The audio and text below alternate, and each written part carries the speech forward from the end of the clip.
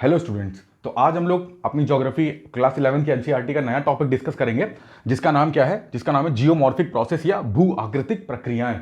तो देखो, अभी हम लोगों ने क्या था कि जो स्पेस के बारे में था, बिग बैंग थ्योरी थी, या कैसे प्लैनेट्स का फॉर्मेशन हुआ, कैसे अर्थ का फॉर्मेशन हुआ, ठीक है, कैसे स्टार्स बने, ये सारी चीज़ें हम लोगों ने पढ़ ली। फिर उसके बाद हम लोगों ने पढ़ा कि ये वॉल्केनिज्म क्या होता है, माउंटेन्स कैसे बनते हैं पृथ्वी के ऊपर, या ज्वालामुखीता क्यों होती है, भूकंप क्यों आता है, सीस्मिक वेव्स होती क्या हैं, इन सब के बारे में अध्ययन करा। उसके बाद हम लोगों ने चट्टानों के बारे में पढ़ा। 3 टाइप की चट्टानें, कायांतरित, आग्नेय और अवसादी चट्टान, इन सब के बारे में हम लोगों ने डीप अच्छे से पढ़ लिया। तो अब हम लोग नए चैप्टर की तरफ स्विच करते हैं जिसका नाम है जियोमॉर्फिक प्रोसेस या भू आकृतिक प्रक्रियाएं। बेसिकली इसमें है क्या, देखो, आपको अगर याद होगा तो मैंने एक वीडियो में आपको बताया था कि जो बल होते हैं उनको उसके ओरिजिन के बेसिस पे 2 पार्ट में डिवाइड करा जाता है। एक होते हैं अंतर्जात बल और एक होते हैं बहिर्जात, यानी कि एंडोजेनिक और एक्सोजेनिक। एंडोजेनिक का मतलब क्या है कि जो पृथ्वी के अंदर से उत्पन्न होते हैं, जैसे कि पृथ्वी के अंदर जो रेडियो एक्टिव पदार्थ होते हैं उनके विघटन से जो फोर्स उत्पन्न होता है, जिससे भूकंप आता है, जिससे ज्वालामुखी का मैग्मा आता है, ये सारी चीज़ें होती हैं, जिससे प्लेटें एक दूसरे की तरफ मूव करती हैं, कन्वेक्शन सेल जो काम करते हैं, ये सारे फोर्सेस जो थे ये सब क्या हैं, ये अंतर्जात बल का उदाहरण थे। तो हम लोगों ने पढ़ा था किस तरीके से भूकंप की उत्पत्ति हो रही है, कैसे प्लेट विवर्तनिकी सिद्धांत हमको बताता है कि जो आज हम लोग कॉन्टिनेंट देखते हैं वो कैसे बने। तो कैसे एक पेंजिया जो था वो विभक्त होकर सारे कॉन्टिनेंट्स में डिवाइड हो गया, कैसे जो ये हमारे ओशियंस थे ये कैसे बने, ठीक है ना, कैसे पैंथालासा जो था वो Indian ocean, Pacific ocean, Atlantic, इन सब में कन्वर्ट हो गया। तो ये सारी चीज़ें हम लोगों ने अंतर्जात बल में अच्छी तरीके से पढ़ ली थी। अब मेरे प्रीवियस लेक्चर आप देख सकते हो अगर आपने नहीं देखे हैं तो, ठीक है। तो बेसिकली इस चैप्टर में हम लोग को बताया जा रहा है कि जो बाहरी जो बहिर्जात बल होते हैं, जो बाहर के फोर्सेस हैं, वो अर्थ पे क्या क्या चीजें कंस्ट्रक्ट करते हैं या क्या चीजें डिस्ट्रॉय करते हैं, इसके बारे में हमको जियोमॉर्फिक प्रोसेस चैप्टर में पढ़ना है। भू आकृतिक प्रक्रियाएं, भू आकृति का मतलब है जो कि लैंडफॉर्म्स होते हैं, जो भी अर्थ के ऊपर आप लैंडफॉर्म्स देखते हैं तो उनमें क्या क्या चेंजेस होते हैं वो बेसिकली इस चैप्टर में पढ़ाया जाता है, ठीक है ना। तो हम लोग उसके बारे में डिस्कस करेंगे। तो बेसिकली जो है, एक बार छोटा सा ओवरव्यू दे देता हूं कि जो हम लोगों ने पढ़ा था कि भाई जो फोर्सेस होते हैं वो बेस्ड ऑन ओरिजिन, अगर ओरिजिन की बात करें, कि उत्पत्ति की बात करें ना, उत्पत्ति के आधार पर जो फोर्सेस थे उनको हम लोगों ने बेसिकली 2 पार्ट में डिवाइड करा था। एक तो थे मेरे कौन से, एंडोजेनिक फोर्स, और एक थे मेरे एक्सोजेनिक, ठीक है ना। इसको हिंदी में क्या बोलते हैं, बहिर्जात बल, और इसको हिंदी में क्या बोलेंगे, इसको हिंदी में बोलेंगे अंतर्जात बल। तो ये फोर्सेस थे। बेसिकली एंडोजेनिक फोर्स का मतलब क्या था, जो पृथ्वी के अंदर से उत्पन्न होते हैं और पृथ्वी पे कुछ चेंजेस करते हैं, ठीक है ना। तो ये थे। बहिर्जात बल का मतलब था जो पृथ्वी के अंदर से उत्पन्न नहीं होते, जबकि कुछ बाहरी फैक्टर्स ऐसे होते हैं जो एक्सटर्नल फैक्टर्स हैं, उनके अकॉर्डिंग एक फोर्स डेवलप होता है, वो कुछ लैंडफॉर्म्स में परिवर्तन करता है। वो सारे बल्स कौन से होते हैं, बहिर्जात बल। नाम से ही आप समझ जाओगे तो इसके बारे में मेरे ख्याल से आपको समझ में आ जाता होगा, नाम से ही पता चल जाता है। अंतर्जात का मतलब अंदर से, बहिर्जात का मतलब बाहर से। तो एक्सोजेनिक फोर्स होते हैं। अब जब हम लोग एंडोजेनिक की बात कर रहे थे तो बेसिकली एनसीईआरटी में इस चैप्टर की स्टार्टिंग में मैंने आपको तभी भी बताया था कि अंतर्जात जो बल होते हैं इनको अब यहां पर जो बेस्ड होगा, बेस्ड ऑन, ये है इंटेंसिटी, यानी कि तीव्रता। कोई बल जो है उसकी तीव्रता कितनी है, इस बेस में यहां पर 2 पार्ट में डिवाइड कर दिया जाता है। कौन से, एक होते हैं जो अधिक तीव्र होते हैं जिनकी इंटेंसिटी बहुत है, एक होते हैं जो कम तीव्र होते हैं जिनकी लेस इंटेंसिटी है, ठीक है। अधिक तीव्रता वाले बल कौन से होते हैं, जैसे हम लोग देखते हैं अर्थक्वेक, सडनली पी और एस और एल वेव्स आती हैं और तुरंत क्या होता है, अर्थक्वेक, और एकदम से पता चल जाता है। ऐसे बल जो हमको फील हो सकते हैं, उन बल की इंटेंसिटी बहुत ज्यादा होती है, जैसे अर्थक्वेक आता है, जैसे सुनामी डेवलप होती है। तो ये सारे वो अंतर्जात बल हैं जिनकी इंटेंसिटी क्या है, वो अधिक है, जो हमें फील होते हैं। इंटेंसिटी अधिक का मतलब होता है जिनको हम लोग फील कर सकते हैं ना, फील कर सकते हैं। कम इंटेंसिटी वाले बल क्या होते हैं, जिनको हम लोग फील नहीं कर सकते, जिनको हम लोग फील नहीं कर सकते। जैसे इसका सबसे अच्छा एग्जांपल था, मैंने आपको बताया था पटल विरूपण, जो इस चैप्टर में भी लिखा हुआ है। पटल विरूपण का मतलब होता है डायास्ट्रोफिक मूवमेंट, डायास्ट्रोफिक मूवमेंट, ठीक है। डायास्ट्रोफिक मूवमेंट का मतलब क्या था, पटल विरूपण बल वो होते हैं जिनकी इंटेंसिटी कम होती है। जैसे अब जो हिमालय पर्वत बना है ना, जो रॉकी माउंटेन्स बने होंगे, तो ये सारे जो माउंटेन्स फॉर्म होते हैं, या वॉल्केनिक माउंटेन्स या फोल्ड माउंटेन्स, किसी भी टाइप के जो माउंटेन्स फॉर्म होते हैं, या कहीं पर पठार बनता है, प्लेटू बन जाता है, तो formation of mountains, formation of plateaus, ये जो सब चीजें हैं ये किसका एग्जांपल है? पटल विरूपण का। प्लेट टेक्टोनिक थ्योरी, अब प्लेट जो है वो एक दूसरे की तरफ पास आ रही है, एक दूसरे से दूर जा रही है, ये हमको फील ही नहीं हो रहा। अब हम इंडियन प्लेट पे हैं, खड़े हुए हैं, मैं जहां लेक्चर ले रहा हूं, आप जहां बैठ के सुन रहे हैं, वो सब क्या है? इंडियन प्लेट के ऊपर है। अब प्लेट कहां पे मूव कर रही है, किस प्लेट के पास जा रही है, किस प्लेट से दूर जा रही है, ये हमको पता ही नहीं चल पाता है। क्यों? क्योंकि हमको फील नहीं हो पाता। ये इतना ज्यादा स्लो प्रोसेस है। हमको फील कब होता है? जब ये प्लेटें आपस में कोलाइड करती हैं, तो इनके कोलिजन से जो एनर्जी रिलीज होती है, वो एनर्जी जब यहां पर आती है, सरफेस पे आती है, और वो किसके फॉर्म में आती है? अर्थक्वेक के फॉर्म में, तब हमें पता चलता है। तो वो बेसिकली वो इंटेंसिटी किस पार्ट में चली जाती है? वो हो जाती है हैवी इंटेंसिटी है। जबकि कम डायस्ट्रॉफिक मूवमेंट का मतलब है जब प्लेट टेक्टोनिक थ्योरी का मूवमेंट हो रहा है, जब माउंटेन्स बन रहा है। अब हिमालय ऐसा नहीं है कि एक रात में चमत्कार ऐसा हो गया तो हिमालय पर्वत की उत्पत्ति हो गई, ऐसा कुछ भी नहीं था। वो ऐसे बना कि भैया उसको लाखों साल, हजारों साल लग गए उस प्लेट को टकराने में, और वहां पे फोल्ड माउंटेन्स बनने में। कई सारे सेडिमेंट्स इकट्ठा होते गए, बीच का सरफेस ऊपर उठता गया, प्लेटें और एक दूसरे के पास आती गई। इंडियन प्लेट, यूरेशियन प्लेट, हम लोग ये सब कुछ पढ़ चुके हैं। आपने अगर नहीं देखें तो वीडियोस जाके देखिएगा। प्लेट टेक्टोनिक थ्योरी में मैंने आपको बताया, फॉर्मेशन ऑफ हिमालय पे मैंने एक सेपरेट लेक्चर लिया है, ठीक है। खैर, तो इस तरीके से ये जो प्रोसेस होते हैं जो हमें फील नहीं होते, जिनका जो ये डायस्ट्रॉफिक मूवमेंट होते हैं, ये काफी लेंथी प्रोसेस है ना, काफी समय लग जाता है इनको होने में। तो इसमें क्या आ जाएगा? जैसे बात करते हैं कि पर्वत का जो निर्माण होता है ना, ये सब एग्जांपल है। या बात करते हैं प्लेट टेक्टोनिक थ्योरी की, या बात करते हैं पर्वतों में, दोनों टाइप के पर्वत, चाहे वो ज्वालामुखी हो, चाहे वो फोल्ड वलित पर्वत हो। तो ये सारे जो एग्जांपल्स होते हैं ये किसके होते हैं? पटल विरूपण के। तो कहीं पर भी डायस्ट्रॉफिक मूवमेंट लिखा होगा तो सबसे पहली बात समझ जाइएगा कि वो किस बल का है? वो अंतर्जात बल से संबंधित है। ये अंदर के बल से संबंधित है, ना कि बहिर्जात से। दूसरा, आप क्या समझ जाओगे? डायस्ट्रॉफिक मूवमेंट देखते ही आप समझ जाओगे कि इसकी इंटेंसिटी क्या होती है, कम होती है। इसको हम लोग फील नहीं कर सकते, जबकि इसको हम लोग फील कर सकते हैं, जैसा कि अर्थक्वेक और सुनामी का एग्जांपल था। तो डायस्ट्रॉफिक मूवमेंट जो है ये ऐसे अंतर्जात बल होते हैं जिनकी इंटेंसिटी जो है वो कम होती है, ठीक है। फिलहाल इतना आप अभी तक जान लीजिए। अब डायस्ट्रॉफिक मूवमेंट भी जो होते हैं वो कई टाइप के डिवाइड हो जाते हैं, बट वो हमें फर्दर क्लासिफिकेशन नहीं पढ़ना है क्योंकि अभी वो यहां पर नहीं दिया हुआ था। जैसे कि हम लोग अगर बात कर लेते हैं कि कहीं पर भी अगर जो लैंड है वो उठ जाता है तो इसको क्या बोलते हैं? इसको अपलिफ्टमेंट बोलते हैं, अपलिफ्टमेंट। या अगर इसकी बात करें इसको उत्थान बोल देते हैं, ठीक है। या कहीं पर जो लैंड होता है वो नीचे की तरफ धंस जाता है तो इसको क्या बोल देते हैं? ये क्या हो गया? इसका डाउनलिफ्टमेंट हो गया। या ये क्या कर गया? अगर यहां पर सी हो जाता है तो इसको क्या बोल देते हैं? इसको बोलते हैं सबमर्ज कर गया।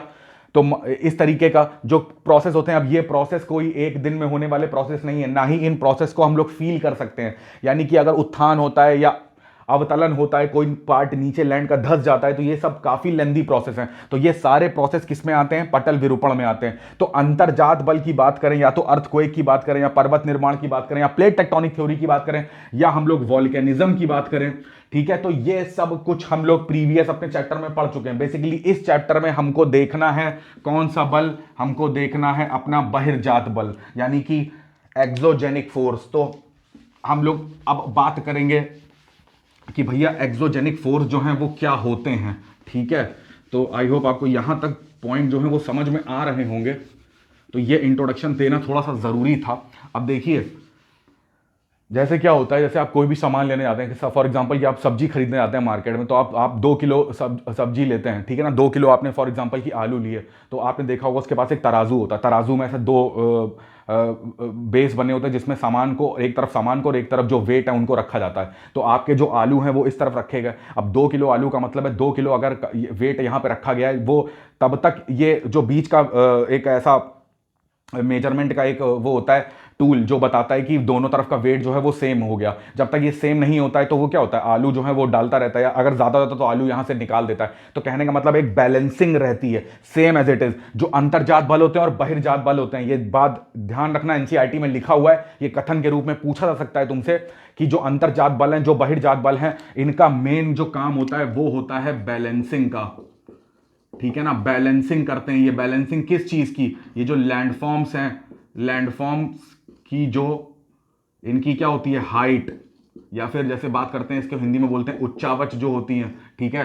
तो लैंडफॉर्म्स की जो हाइट्स होती हैं इनको बैलेंस करते हैं। कैसे बैलेंस करते हैं? देखो भाई, अंतर्जात बल से क्या हो रहा है, थोड़ा सा बेसिक समझो। अंतर्जात बल से क्या हो रहा है? चीजों का, यहां पे बात कर लें अगर अंतर्जात बल की, तो अंतर्जात बल पृथ्वी के नीचे से लगते हैं। तो इनसे क्या होता है? या तो पर्वत बनेगा या ज्वालामुखी पर्वत बनेगा, ठीक है ना। या प्लेट टेक्टोनिक थ्योरी जो होती है, प्लेट टेक्टोनिक की बात करते हैं तो उसमें क्या बनते हैं, मिड ओशनिक रिजेस बन जाते हैं, या फिर रिफ्ट वैली बनती है, या इसी से क्या बनती हैं, लेक्स बनती हैं, यही लेक बड़े होके क्या बन जाती हैं, सी बन जाती हैं, यही चीज क्या हो जाती है, ओशियंस में कन्वर्ट हो जाते हैं। तो कहने का मतलब है जो अंतर्जात बल होते हैं उनसे बेसिकली चीजों का निर्माण होता है, उनसे कंस्ट्रक्शन होता है। जो बहिर्जात बल होते हैं, बहिर्जात बल का मतलब क्या है, बाहर एक वायु है, इसका जैसे हम अभी आपको एग्जांपल बताते हैं कि बहिर्जात जो मेन कारण होते हैं वो क्या है, वायु, जल या हिम। ऐसी एनसीईआरटी में लाइन लिखी है, तो इसको 3 फैक्टर्स तो हमेशा याद रखिए, ठीक है। बाकी हम लोग इसके बारे में भी अच्छे से पढ़ेंगे, वायु, जल और हिम। अब वायु क्या है, बहती हुई वायु है, यहां पे कोई पर्वत बना है, ठीक है, यहां से वायु जो है वो फ्लो कर रही है, अब इस पर्वत को काटती हुई निकल रही, काटने का मतलब है कोई ऐसा एक दिन में नहीं कट जाएगा, ठीक है ना। वायु जब इससे अपना वायु का अपने पास एक वायु का इतना फोर्स होता है, तभी तो देखते हैं ना जब हम लोग कैसे तूफान आता है या आंधियां आती हैं तो ऐसा लगता है कि हमको कोई धक्का दे रहा है, तो वो एक फोर्स होता है वायु के पास, एयर के पास, विंड के पास अपना एक फोर्स है। तो वो फोर्स क्या करती है, इस माउंटेन पे लगाती है, डेली हर सेकंड माउंटेन पे फोर्स लगा रही है। तो यहां पर जब दो चीजें आपस में टकराती हैं तो कहीं ना कहीं फ्रिक्शन होता है। तो फ्रिक्शन में एक वक्त ऐसा आएगा 10 साल बाद, 15 साल बाद, 100 साल बाद कि यहां से जो माउंटेन है वो थोड़ा सा इरोड होना शुरू हो जाएगा। इरोड का मतलब है वहां से टूटना शुरू हो जाएगा या घिसना शुरू हो जाएगा। तो ये देखो क्या कर रही है वायु, क्या कर रही है, एक माउंटेन को या किसी भी प्लेटू को, बड़े से प्लेटू है उससे अगर गुजरती है तो क्या कर रही है, उसको कहीं ना कहीं इरोड करती है, या इसके रास्ते में जो चीजें पड़ती हैं अगर उसकी कैपेसिटी है कि इन डिपॉजिट्स को, इन सेडिमेंट्स को उठा के एक जगह से दूसरी जगह ले जाना, तो ये भी काम, ट्रांसपोर्टेशन का काम भी कौन कर रही है, वायु कर रही है। सेम एज इट इज अगर कहीं से जल निकल रहा है ना, बहता हुआ फ्लोइंग वाटर है, तो वो क्या कर रहा है, वो अपने जो भी पाथ से फ्लो कर रहा है, जो भी मार्ग से फ्लो कर रहा होता है, तो वहां पर छोटे छोटे जो कंकड़ पत्थर होते हैं उनको अपने साथ लेता हुआ आगे बढ़ रहा है। या फिर क्या कर रहा है कि वो अपना जो भी पाथ है उसको क्या कर रहा है, लगातार इरोड करता जा रहा है, ठीक है। तो कहने का मतलब है कि जो बहिर्जात बल होते हैं ये क्या करते हैं, हमेशा देखो जैसे ये अगर माउंटेन की हाइट है तो वायु क्या कर रही है, अगर यहीं पर कोई रेनफॉल हो रहा है, रेनफॉल से यहां पर कोई अगर पानी इकट्ठा हो गया, पानी क्या होगा, थ्रू ग्रेविटेशनल फोर्स, गुरुत्वाकर्षण बल क्या होता है, हर चीज को अपनी तरफ घसीटता है। अपनी तरफ घसीटने का मतलब है कि पृथ्वी के केंद्र की तरफ बल लगता है, तो ये क्या करेगा, बहते हुए जल को एक गति प्रदान कर देगा। अभी जल यहां पे ठहरा हुआ था, अगर गुरुत्वाकर्षण बल नहीं होता तो ये जल कभी जो माउंटेन है उसकी पीक से इसके बेस पे नहीं आ पाता, तो इसके बेस पे जल आता है। तो उसके पीछे का रीजन क्या है, उसके पीछे का रीजन है गुरुत्वाकर्षण बल। तो ये गुरुत्वाकर्षण बल इस जल को नीचे की तरफ मूव कराता है, तो जब जल ये नीचे की तरफ मूव होगा तो अपने रास्ते में पड़ते हुए कंकड़ों पत्थरों को लेता चला आएगा और यहां पर कहीं लाके डिपॉजिट करेगा। वही तो हमने पढ़ते कहते था ना किस तरीके से अवसादी चट्टाने या सेडिमेंट्री रॉक्स का निर्माण कैसे होता है।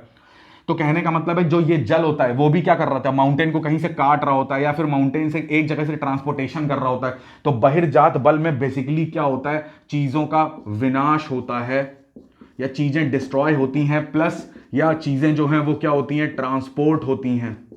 ट्रांसपोर्ट का मतलब है कि इनका स्थानांतरण होता है। ये दो मोस्ट इंपॉर्टेंट कथन है, कैसे भी करके पूछे जा सकते हैं, इनको दिमाग में बिठा लो, ठीक है। याद करने की कोई जरूरत नहीं, रटने की कोई जरूरत नहीं, समझ लो इसको कि भाई जो अंतर्जात बल होते हैं वो हमेशा किसी ना किसी लैंडफॉर्म का निर्माण करते हैं, जबकि जो बहिर्जात बल होते हैं वो कहीं ना कहीं किसी लैंडफॉर्म का विनाश करते हैं या फिर लैंडफॉर्म के जो सेडिमेंट्स हैं उनको एक जगह से दूसरी जगह क्या करते हैं, ट्रांसपोर्टेशन करते हैं, ठीक है, उसका स्थानांतरण करते हैं। तो ये दो मोस्ट इंपॉर्टेंट चीजें हैं जो तुम्हें पता होनी चाहिए अंतर्जात बल और बहिर्जात बल के बारे में, ठीक है। आई होप आपको ये सारी चीजें क्लियर हो गई होंगी। तो अगर ये सारी चीजें क्लियर हो गई हैं तो हम लोग अब बहिर्जात बल के बारे में अच्छे से बात कर सकते हैं। ये कुछ बेसिक से चीजें थी जो एनसीईआरटी में क्या है कि पैराग्राफ में कोई एक इंपॉर्टेंट लाइन लिखी होती है, तो मैंने सोचा कि आपको बता दूं कि ये चीजें वहां पे लिखी हैं। तो अब देखो एक माउंटेन बन गया, ठीक है, माउंटेन बना किसकी वजह से, अंतर्जात बल की वजह से। अब माउंटेन कटेगा, माउंटेन का इरोजन होगा किसकी वजह से, बहिर्जात बल की वजह से। तो ये जो इसकी हाइट है तो क्या करेगा, अब देखो माउंटेन को काट के बगल का जो लैंड है उसमें डिपॉजिट का होता रहेगा, बाई एयर या बाई वाटर के थ्रू वहां पे डिपॉजिट होते रहेंगे सेडिमेंट्स। तो अभी लैंड की हाइट इतनी थी, माउंटेन की हाइट इतनी थी।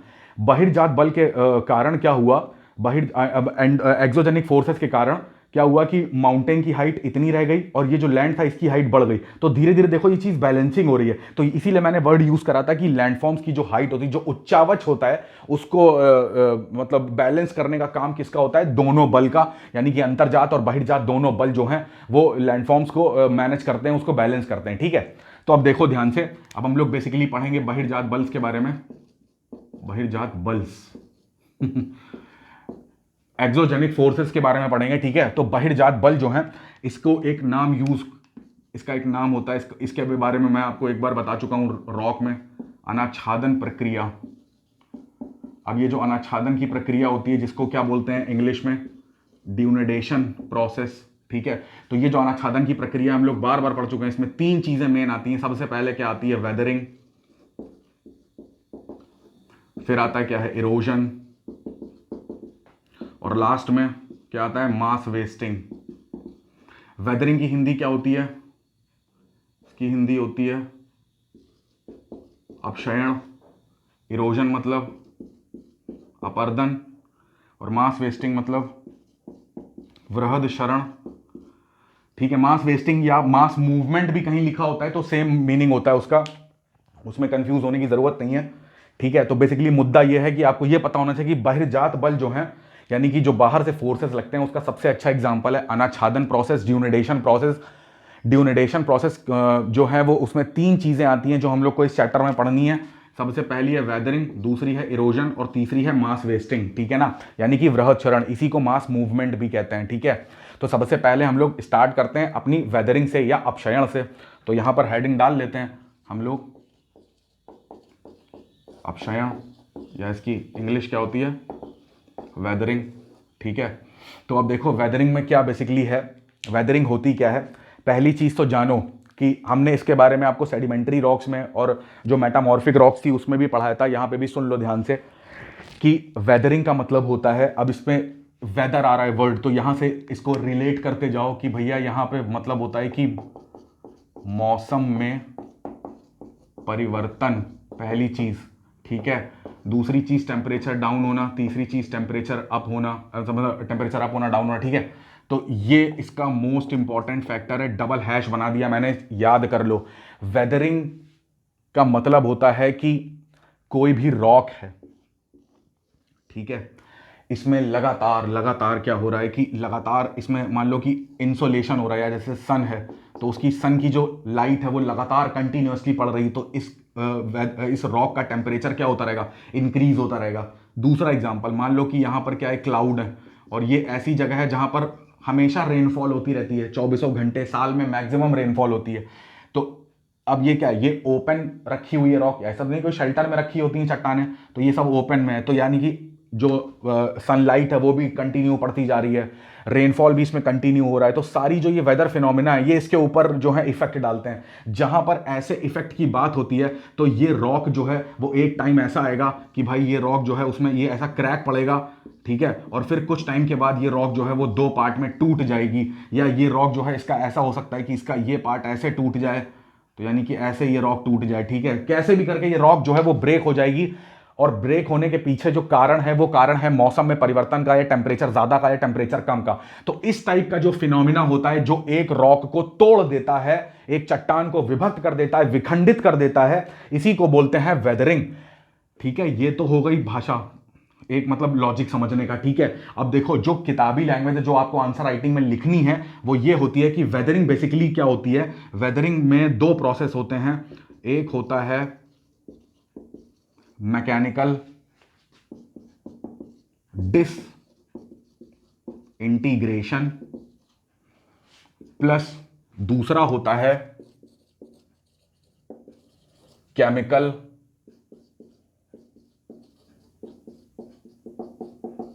डिकम्पोजिशन।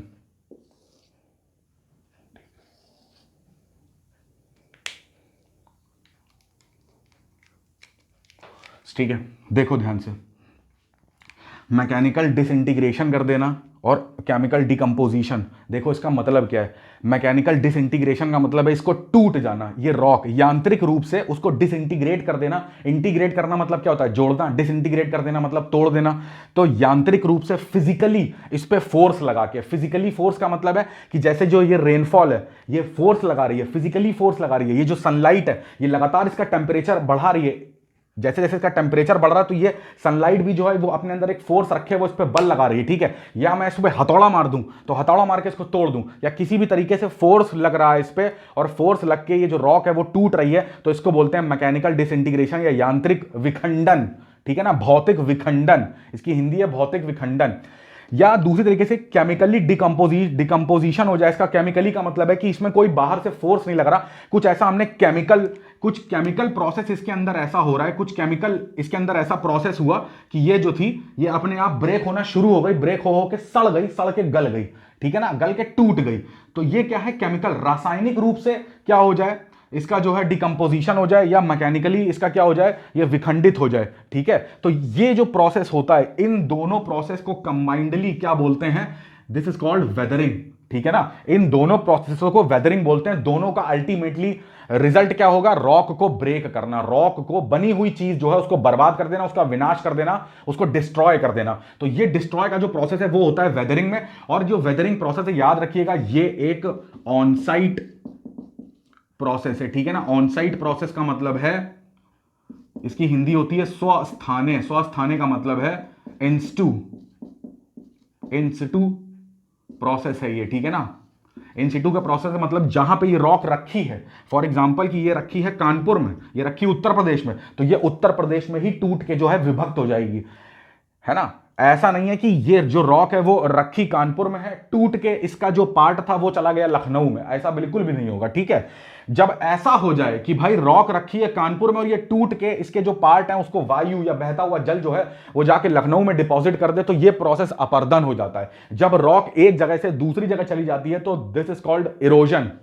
बट अगर एक ही जगह ऑन साइट पे ऑपरेशन हो रहा है या इन सिटू ऑपरेशन है, स्वस्थानीय ऑपरेशन होता है, तो ये होती है वेदरिंग की खास बात, ठीक है। रॉक टूटती अपर्दन में भी है, अपर्दन में भी टूटी रॉक टूटेगी, ठीक है। बट वेदरिंग, दोनों में डिफरेंस कैसे बताओगे कि ये एक इंस्टू प्रोसेस है, जहां पर रॉक रखी वहीं पर टूट के ये यहां पर कहीं पर टूट के जो है वो दो पार्ट में हो जाएगी, या इसके छोटे छोटे टुकड़े यहां बिखर जाएंगे, और ज्यादा टूट जाएगी और ज्यादा बारीक टुकड़े हो जाएंगे तो वो एकदम रेत बन जाएगी, क्ले बन जाएगी, वो एक अलग मुद्दा है, ठीक है। खैर फिलहाल जो बेसिक चीज थी वो मैंने आपको बताई कि वेदरिंग होती क्या है, ठीक है। आई होप आपको ये चीज क्लियर हो गई होगी कि भाई वेदरिंग जो है वो ये होती है, ठीक है। इन सिटू प्रोसेस होता है, स्वस्थाने ऑन साइट लोकेशन होती है इसकी, ठीक है। अब जो वेदरिंग होती है, वेदरिंग के जो फैक्टर्स होते हैं, कौन कौन से फैक्टर इसमें हेल्प करते हैं, तो इसका सबसे पहला फैक्टर मैंने आपको बताया था कि क्या होगा, वाटर होगा, ठीक है, या बात करें वायु होगी, या बात करेंगे कि ग्लेशियर्स होंगे। अब ग्लेशियर्स जो है वो जिस पाथ पे चलते हैं उसी पाथ को इरोड करते रहते हैं, तो जो पाथ है वो भी क्या है, जो भी मार्ग होता है वो भी किसी न कोई ना कोई चट्टान है वो वहीं पे रहती है और उसी में क्या चल रहा है, इरोड करते रहते हैं, उसी को वहां पे तोड़ते रहते हैं, तो ग्लेशियर हो गए। या फिर जैसे बात करें इसकी ओशनिक करंट्स होती हैं, महासागरीय धाराएं होती हैं, है ना, तो ये भी यही काम करती हैं, ठीक है, ओशनिक करंट्स हैं, ठीक है। तो ये सारे जो होते हैं वो बेसिकली क्या हैं, ये अपर्दन के फैक्टर्स, अपर्दन कह रहा हूँ सॉरी, अपक्षयण के फैक्टर्स हैं जिनको वेदरिंग बोल रहे हैं। अब ये जो बेसिकली अब हम लोग को आगे पढ़ना है कि वेदरिंग जो है वो कितने टाइप की होती है, तो यहाँ पर नोट करते जाइएगा। सबसे पहले हम लोग को जो वेदरिंग पढ़नी है वो क्या है, वो फिजिकल है, फिजिकल वेदरिंग बोलते हैं। फिर हम लोग को पढ़नी है वो कौन सी वेदरिंग है, केमिकल वेदरिंग है, और लास्ट में हमको पढ़नी है वो कौन सी है, बायोलॉजिकल वेदरिंग है, ठीक है ना, जैविक, बायोलॉजिकल वेदरिंग। फिजिकल वेदरिंग की हिंदी क्या होगी यार, यांत्रिक अपक्षयण या भौतिक अपक्षयण, रासायनिक अपक्षयण और ये जैविक अपक्षयण, ठीक है। इस तीनों को पढ़ने के बाद हम लोग किस पे जाएंगे, अपर्दन पे, और फिर उसके बाद वृहद क्षरण पे, ठीक है। तो सबसे पहले यहां पर हम लोग पढ़ेंगे फिजिकल वेदरिंग। तो फिजिकल वेदरिंग क्या होती है इसके बारे में देखेंगे अब हम लोग।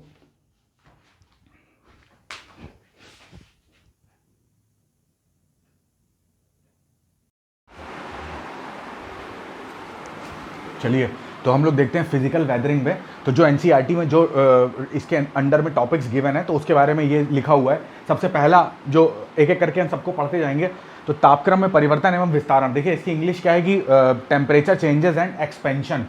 तापक्रम में परिवर्तन हो रहा है यानी कि टेम्परेचर जो है वो चेंज हो रहा है, उसके चेंज होने से एक्सपेंशन हो रहा है। दोनों चीज़ें समझिएगा। अब मैं इसको एक्सप्लेन करता हूँ इसमें एक्चुअली में है क्या, एनसीईआरटी को समझाने की क्या कोशिश कर रहा है। देखो क्या होता है कि कहीं पर भी क्या होता है कि डायरेक्ट अगर सनलाइट है, अब ताप कैसे चेंज होगा, बाहरी फैक्टर से ताप कैसे चेंज होगा, आंतरिक, हम लोग बहिर्जात बल की बात कर रहे हैं, आंतरिक से ताप कैसे चेंज होगा, जब तक पृथ्वी के अंदर जाओगे तब ताप चेंज होगा, तब ताप बढ़ेगा, या पृथ्वी के मतलब ऊपर आओगे तो ताप क्या हो रहा है, ताप डाउन हो रहा है। बट यहाँ पे बात कर रहे हैं कि तापक्रम में परिवर्तन, यहाँ पे एक्सोजेनिक की बात कर रहे हैं, तो बाहर से कैसा है, जो टेम्परेचर इंक्रीज हो सकता है या डिक्रीज हो सकता है, उसका एक लौता सोर्स है, वो है क्या, सनलाइट।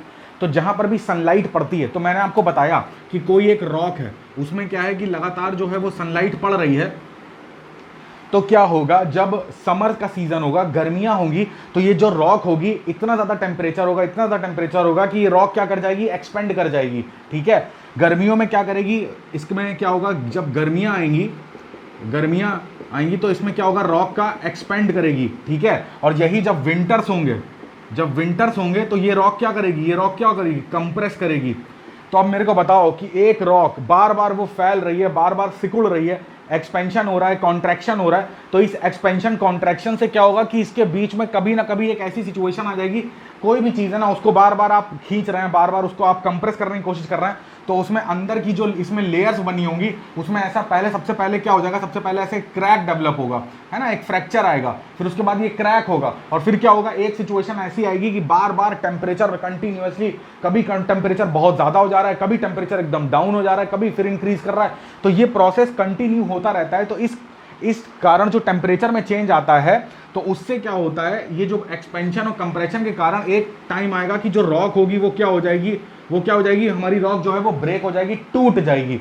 तो पहली जो वेदरिंग हुई, वेदरिंग का मतलब ही है रॉक का टूटना, और ये फिजिकल वेदरिंग है। फिजिकल का मतलब है कि हम लोग बाहर से कोई फोर्स इसमें लगा रहे हैं। ठीक है, तो ये कैसे हो रहा है, इसका जो मेन रीजन है वो क्या है, वो है टेम्परेचर। तो फिजिकल जो वेदरिंग होती है, फिजिकल वेदरिंग का जो पहला ये वाला टॉपिक है, तो इसका मेन रीजन क्या है, टेम्परेचर। अब देखिए ध्यान से, अगर हम लोग बात करें, अगर थोड़ा सा इसको टेक्निकल टर्म्स में देख लें, तो हमारी पृथ्वी पे हमको पता है ये 0 डिग्री लैटिट्यूड जो होता है, जो लैटिट्यूड है, अक्षांश जिसको बोलते हैं, तो इसी को 0 डिग्री के ऊपर जाओगे, अगर ये 23.5 डिग्री नॉर्थ की बात करो, या इसके नीचे आओगे, यहाँ पे 23 डिग्री एंड हाफ साउथ की बात करो, तो ये क्या बोल रही है, कर्क रेखा। ये कौन सी है, मकर है, यानी कि ट्रॉपिक ऑफ कैंसर और ट्रॉपिक ऑफ कैप्रिकॉर्न। जो हमारा सन है, अगर आपने क्लाइमेट पढ़ा है तो अभी फिलहाल ये जान लीजिए कि 0 डिग्री से जो सन का मूवमेंट होता है, वो अगर टूवर्ड नॉर्दर्न साइड है तो वो कर्क रेखा तक होता है, टूवर्ड सदर्न साइड कहाँ तक होता है, मकर रेखा की तरफ होता है। तो यानी कि जो ये वाला रीजन होता है बिटवीन कर्क रेखा एंड मकर रेखा, ये वाले रीजन को हम लोग क्या बोलते हैं, इसी वाले रीजन को तो हम लोग बोलते हैं, ये क्या है, ये टेम्परेट जोन है। ये सबसे ज्यादा हाई टेम्परेचर रहता है, ये यहाँ का टेम्परेचर पूरे साल भर कैसा रहता है, हाई टेम्परेचर रहता है।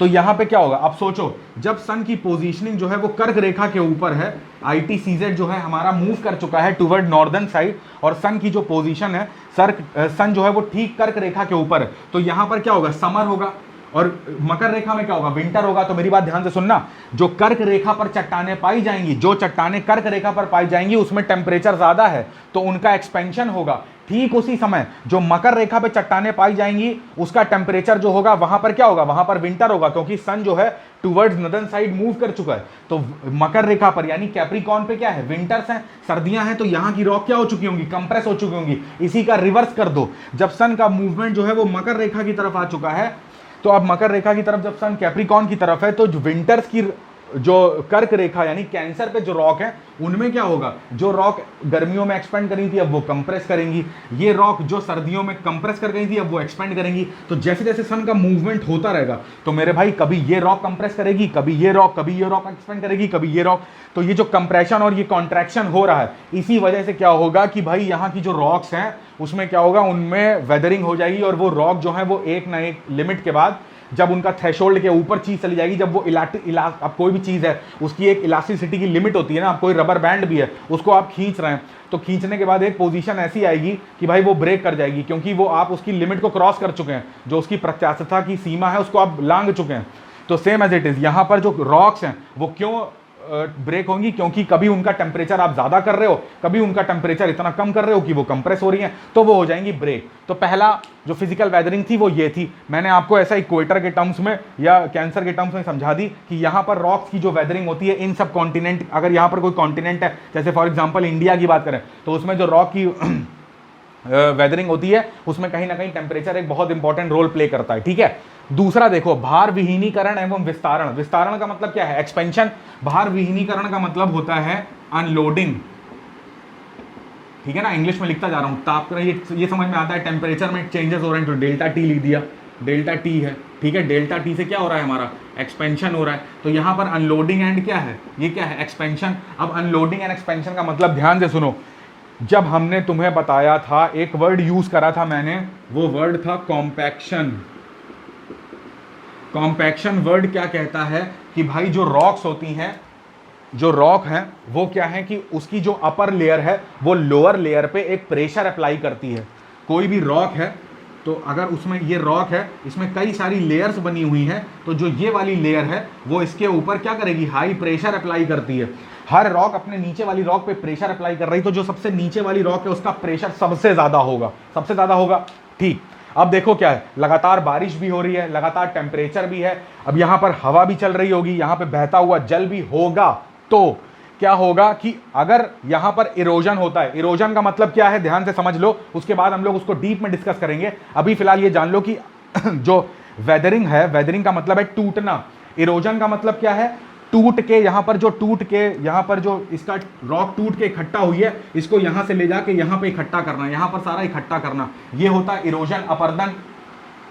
अपक्षयण के प्रोसेस में यही रॉक जो है वो ब्रेक होगी। अब देखो जैसे जैसे टूटेगी तो इसकी ये लेयर गायब हो गई, टूट टूट के ये लेयर गायब हुई।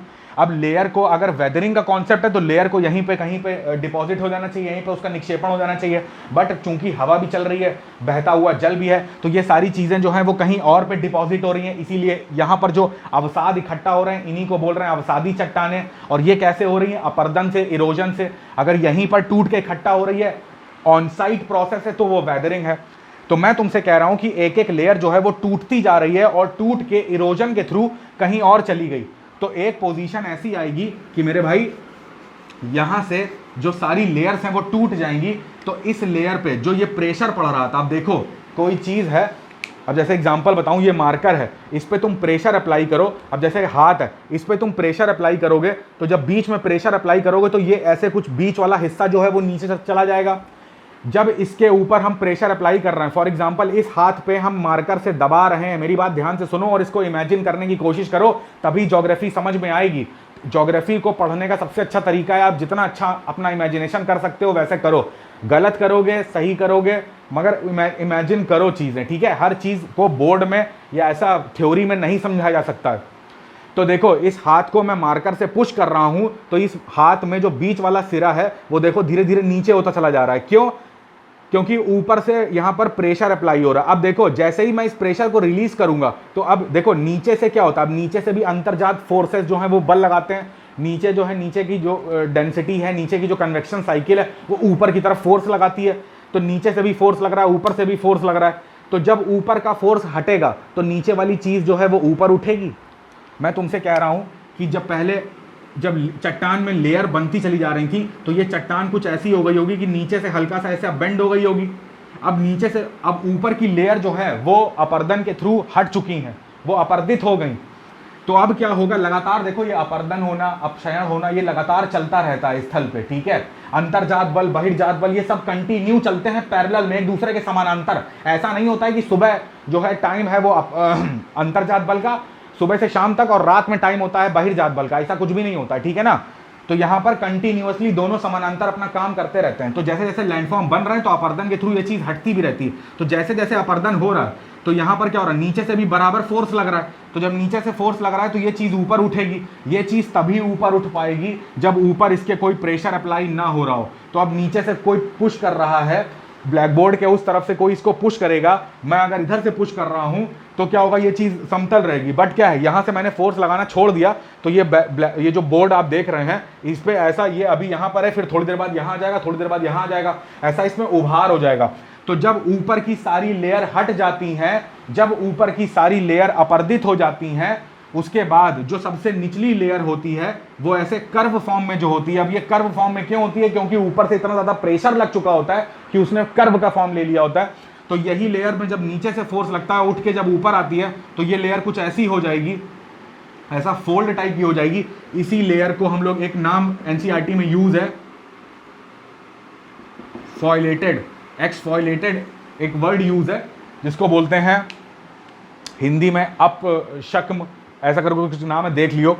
तो एक्सफॉइलेटेड स्ट्रक्चर ऐसा बन जाता है, और आंध्र प्रदेश में एक जगह दी हुई है उसमें, तो वहां पर एक ऐसा स्ट्रक्चर बन के आया। वो क्यों आया, भार विहीनीकरण के कारण। अनलोडिंग का मतलब होता है, अनलोड करना मतलब सामान हटाना, अपलोड करना मतलब सामान जो है वो क्या करना, वो अपलोड करना। किसी ट्रक में सामान को अपलोडिंग, अपलोड करना, ट्रक में सामान रखना। अब ट्रक अपने गंतव्य तक पहुंच गया, वहां पे उसको ट्रक से सामान वापस निकालना, उसको बोलते हैं अनलोडिंग। तो लेयर बनते जाना, इसको बोलते हैं अपलोडिंग। लेयर हटते जाना, इसको बोलते हैं अनलोडिंग। और जैसे जैसे अनलोड हो रही है तो इसका क्या हो रहा है, इस पर प्रेशर कम हो रहा है, अब ये उभर के सामने आ रही है। और उभर के सामने आ रही है तो देखो ऐसे बन रही है, तो इसका क्या हो रहा है, तब ये एक्सपेंड भी कर रही है साथ में।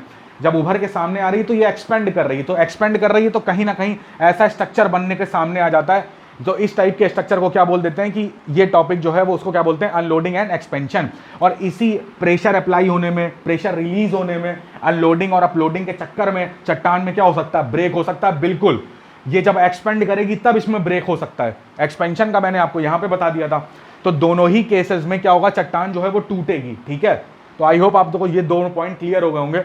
तीसरा पॉइंट क्या है, हिमकरण, पिघलन एवं तुषार वेजिंग। ठीक है, हिमकरण की हिंदी क्या होती है, इसको बोल देते हैं फ्रीजिंग। ठीक है, तुषार की हिंदी होती है फ्रॉस्ट, फ्रॉस्ट फ्री बोलते हैं ना। वेजिंग को वेजिंग बोलते हैं, इंग्लिश में भी वेजिंग ही बोलते हैं। ठीक है, तो देखो इसमें क्या है, अब हिमकरण ये क्या चीजें हैं, ये कैसे फ्रीजिंग का कॉन्सेप्ट चट्टान को कैसे ब्रेक करता है, ध्यान से सुनो। एक बार सुन लोगे शांत मन से, ये सारी चीजें क्लियर हो जाएंगी। देखो क्या होता है कि जो रॉक होती है वो ऐसा ओपन में है, इसमें लगातार रेनफॉल होता रहता है, लगातार कहीं से भी पानी आ रहा है, उसका कोई भी सोर्स होगा। तो वो पानी क्या होता है, पानी रॉक के अंदर कुछ ऐसे ग्रेनुअल्स होते हैं, जो इसके छिद्र हैं, जो पोर्स हैं, जो होल्स हैं। तो कुछ पानी की मात्रा इस रॉक के अंदर पहुंच जाती है। जब पानी की मात्रा इस रॉक के अंदर पहुंच जाएगी तो ये जो रॉक के पोर्स होते हैं, जो रॉक के छिद्र हैं, जो रंध्र हैं, वो इस पानी को स्टोर करके रख लेते हैं। अब देखो क्या है, अगर बात कर रहे हैं इस टाइप की कर्क रेखा और मकर रेखा के बीच में, मेरी बात ध्यान से सुनना।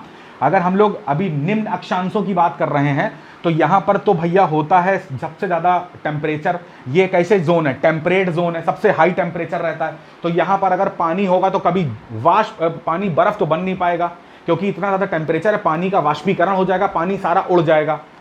जब भी इन अक्षांशों से ऊपर जाते हैं, यानी कि मध्य अक्षांशों की तरफ जाते हैं, इनसे ऊपर उठो, यानी कि 23.5 डिग्री नॉर्थ से ऊपर जाओ, 23.5 डिग्री साउथ से नीचे जाओ, तो मध्य अक्षांशों में सूर्य की किरण कभी सीधे नहीं पड़ पाती है।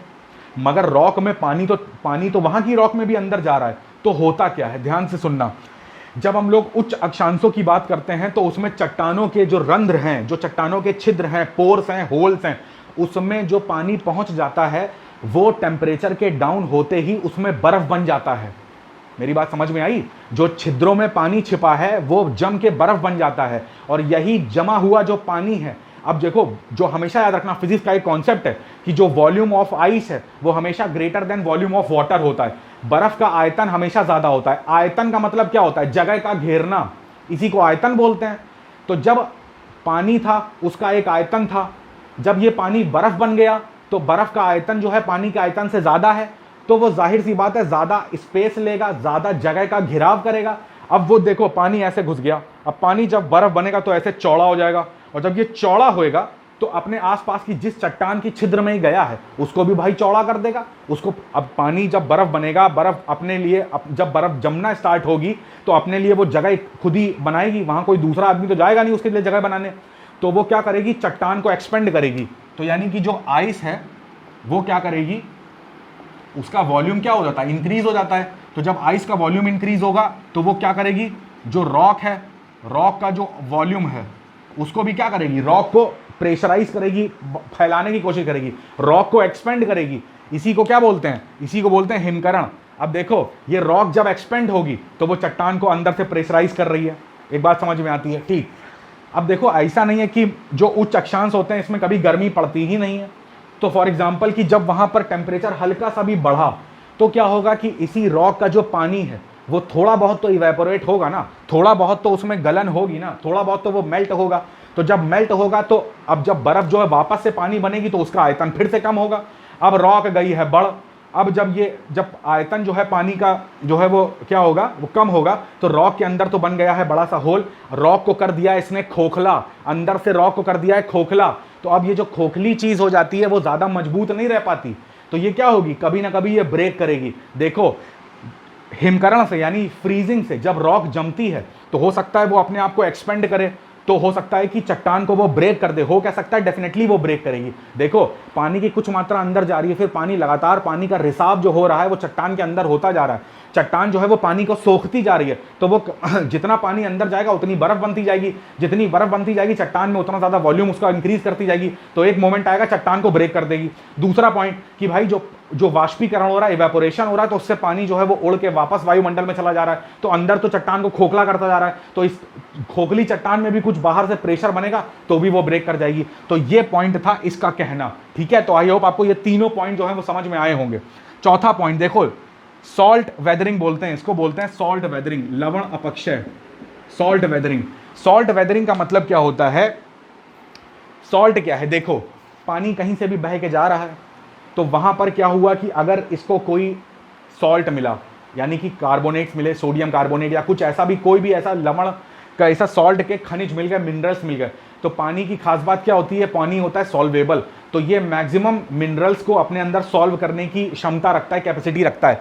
तो सॉल्ट जो है वो पानी में घुल जाता है, तो जब घुला हुआ सॉल्ट जो है वो बह रहा है, बहता हुआ पानी जो है किसी अगर सॉल्ट की रॉक से ऊपर बह गया, तो वो अपने साथ क्या करेगा, कुछ लवण अपने साथ इकट्ठा कर लेगा, अपने में सॉल्व कर लेगा, और सॉल्व करके अगर ये किसी दूसरी चट्टान में जाके रिस रहा है, वहां के जाके पोर्स में जाके बैठ गया, अब क्या हुआ, अब क्या हो रहा होगा, इवेपोरेशन, क्योंकि सनलाइट डायरेक्ट पड़ रही है, इवेपोरेशन में पानी तो उड़ जाएगा, चट्टान में, चट्टान के रंध्रों में, चट्टान के पोर्स में जो पानी छिपा हुआ है वो तो भाई क्या हो गया, इवापोरेट हो गया, मगर क्या वो अपने साथ नमक को भी एटमॉस्फेयर में ले जाएगा, कभी नहीं, वो अपने साथ नमक को नहीं ले जाएगा, नमक को उसी रॉक के पोर्स में जमा करता चला जाएगा।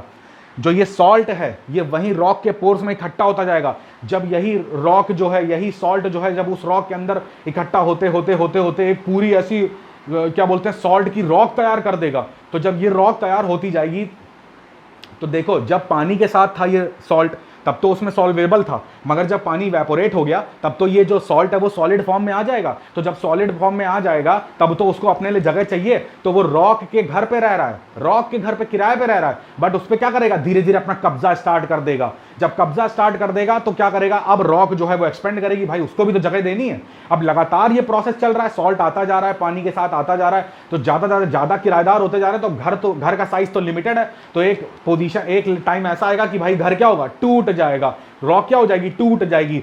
तो जब सॉल्ट से रॉक की वेदरिंग होती है तो उसको सॉल्ट वेदरिंग बोलते हैं। आई होप आपको ये चारों टॉपिक समझ में आ गए होंगे, कोई भी दिक्कत है तो प्लीज आप कमेंट करके मुझसे पूछिए, ठीक है। नेक्स्ट टॉपिक जो हम लोग डिस्कस करेंगे वो होगा केमिकल वेदरिंग का। तो फिजिकल वेदरिंग में ये 4 टॉपिक थे, मैंने आपको चारों पढ़ा दिए, इसको अच्छे से पढ़िएगा, ठीक है।